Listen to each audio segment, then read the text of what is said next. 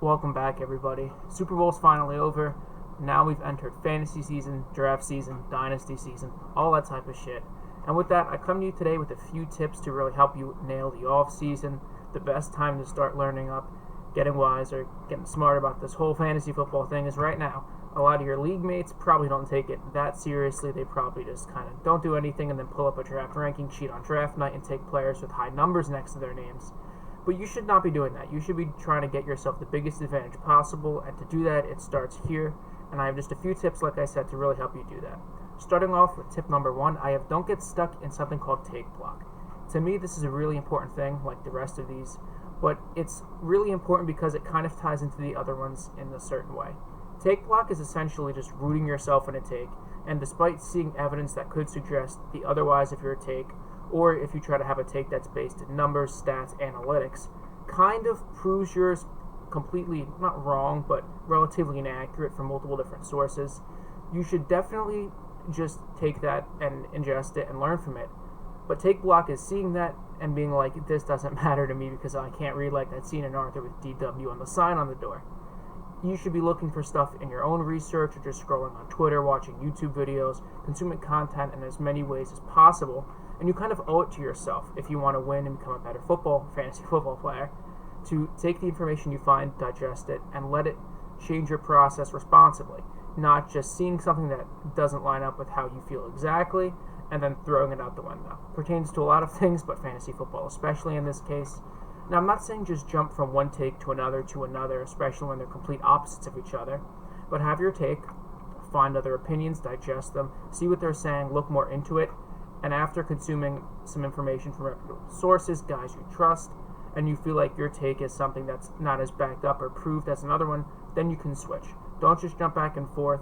Make sure you have legitimate reason for moving from one take to another. It's perfectly okay to change your mind. Just don't do it on a whim because you want to be like the fantasy guy you saw on Twitter, the guy you saw on YouTube, or the guy who has a fancy infographic on Instagram. It happens in season a lot too. People will hold their perspectives on guys who are way too long and refuse to budge until it's far too late. One quick example, if I think Austin Ekeler has top 3 RB potential this year, which I do, hot take, go watch my Ekeler player profile for that. And if it's week 11 and he's underperforming and is the RB20 on the season, and I'm still clinging on to this belief I had in like January that he's going to be top 3, it's over. A bit of an over-the-top example for that, but I hope you see the point I'm trying to make here. Don't get take block, absorb some information, and be willing to adjust and move when needed. Moving on to tip number 2, relatively similar to the first one, it's don't get caught in a take echo chamber. This can be even more dangerous than the first one because instead of just your own voice inside your head amplifying and bouncing your take off the empty walls, it's a whole bunch of other people. You're exposing yourself only to a group of people who has the same ideas as you, same evidence as you, same takes as you, and that's only going to further confirm your confirmation bias and just dig you in even further to your side. One of the better things you can do, this is kind of a life tips video too now that I think about it, but it's aimed at fantasy football. Trying to find some arguments and evidence against your takes periodically. Don't become an argument magnet who just becomes a contrarian for the sake of it to be a dick on Twitter, but search out some nice conversation with evidence on both sides, look up your own research, occasionally try and find things that directly counter the opinion you have. I'm not saying just take it entirely and just completely switch takes like I said for tip number 1, but it's useful to do this. I have joke about this, but I'm kind of this way with DeAndre Swift, especially in dynasty formats, but in redraft as well. Me and a few mutuals on Twitter, 1 or 2 mutuals, and then some guys I follow, are really, really heavy on DeAndre Swift this year. I'm trying to find my cards for him. Here we go. I'm breaking into the card game with a whopping 4-piece nugget collection. Gotta start somewhere. But everyone I follow pretty much holds the same sentiment on DeAndre Swift, that he is going to absolutely rocket to the moon this year for a multitude of factors. And while I agree it would be stupid and ignorant of me to just stick to that take and not at least hear out what other people have to say with evidence. I'm not saying take it completely as truth, but if you have your take, you should at least hear out what other people have to say when it's backed up by evidence and stats and analytics and stuff like that. Like for Swift, there's some evidence to the contrary that he has a quarterback in Goff who has a relatively low RB target rate. I believe he was 3rd lowest in the league, but I could definitely be wrong. He'll likely be playing in a low-scoring offense, which isn't something you really want necessarily. In division, rush defense is up and down, so that's not really a thing. But there are negatives to him, as well as the fact that, to start off another one, that there are going to be points where they periodically spell him with another running back like Kerryon Johnson, so he might not be getting the workhorse workload we think he will, but it's possible. I'm not saying completely throw away your old take, like I said. Just don't surround yourself with the same take constantly, and expose yourself to other information from time to time especially. Don't let it completely change your mind, but you need to at least consider certain things when going about a take or your process or your strategy. Tip number 3, which ties into tip number 2, is diversify your sources. And personally, as much as I want to succeed on YouTube and become a relatively big creator in this scene and produce really good results for myself, even above that, I just want to have a spot where I can talk fantasy football and help you guys succeed. So I would be absolutely remiss and kind of selfish if I didn't tell you guys, all 9 of you who are subbed to me, to seek out other great sources of information that you trust and not just listen to me. Listen to a bunch of other people. It's like stocks and gambling and all that shit. Diversify your revenue, but in this case, it's with information. Find people you trust, absorb what they all have to say. A few guys I'm tuning into for Dynasty are like Ray GQ, the guys at BDGE, a few of my follows on Twitter, just a whole bunch of people that I trust when it comes to fantasy. Edwin, the fantasy football doctor, by the way, has some really good information about like injury prone and that whole discussion and his own opinions on players. Point is, find people you trust and absorb what they have to say. You want different opinions on players, processes, stocks, draft strategy, all of it. The more information you absorb and sift through, especially when it's all different but all backed up by legitimate reasoning and evidence, you can become better at fantasy yourself just from consuming it. It helps you revise your own strategy, all that type of stuff, and eventually you can take this kind of amalgamation of all the information you consume and form your own strategy, plan, how you like to approach things, how you approach trades, all that stuff.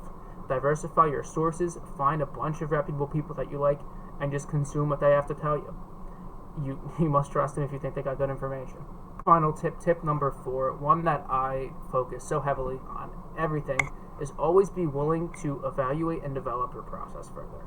Importantly for this, a little precursor asterisk, make a note that I'm not telling you to completely upend your process if it has consistently succeeded for you and yielded you solid results, like frequent championships, pretty high finishes that just kind of get tailed off to injury luck, but you're consistently in that top span. In that situation, it's better to just fine-tune your strategy, see if you can do things like approaching the draft better, switch up your valuations on certain players or positions when you go into the draft. Maybe you favor a certain type of player, like a scat back running back, and it doesn't work as well. Something like that. Don't completely upend it, fine-tune it. But if you kind of wing it yearly and manage to just luck into success every once in a while, then you should reevaluate if your main interest and main intent is to win. I say if your interest and intent is to win because some people just play to have fun. They'll put in some money, draft their favorite players, and hope they do well, which is perfectly fine if you're okay with kind of throwing away money every year unless your favorite players just happen to be like the fantasy exposition 1s or 2s every year. But for example, because I'm like a very staunch opponent of the 0 RB strategy, if you tend to go 0 RB, and you tend to find middling results, like maybe you'll make the playoffs, get bounced first round.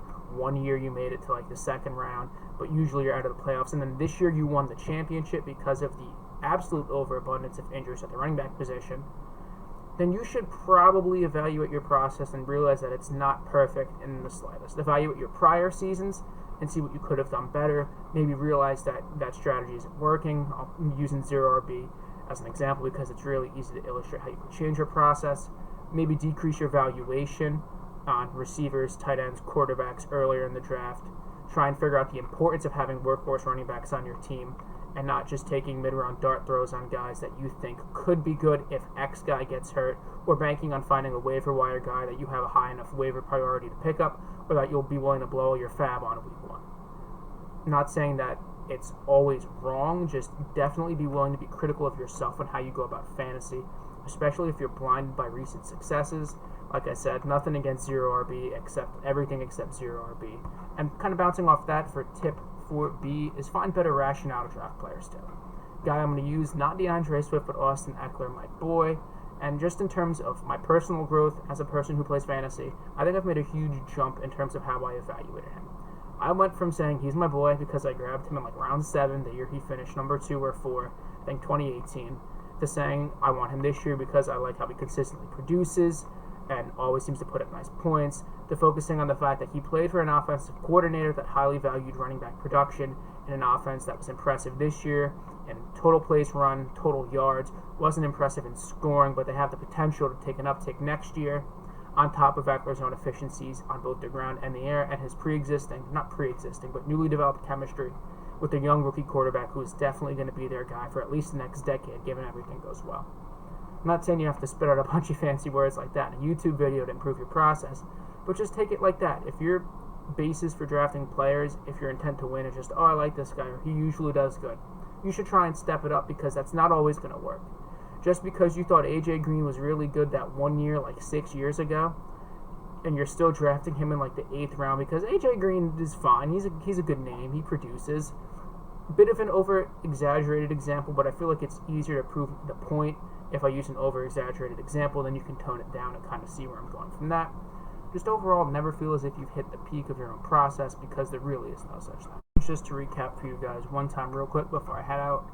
Tip number 1, don't get stuck in a take block. Tip number 2, don't get caught in an echo chamber for your takes and other opinions. Number 3, diversify your sources. And number 4, always be willing to evaluate and develop your process further. That's going to be it for tonight, guys. Hope you enjoyed. I kind of like doing this type of sit-down, like informationally based kind of just strategy and approach to just fantasy and stuff. I feel like it's kind of fun, a bit of a break from the normal player-based stuff. Given that, though, hope you guys have a good night. Enjoyed the video. If you did, like, comment, and subscribe, and peace.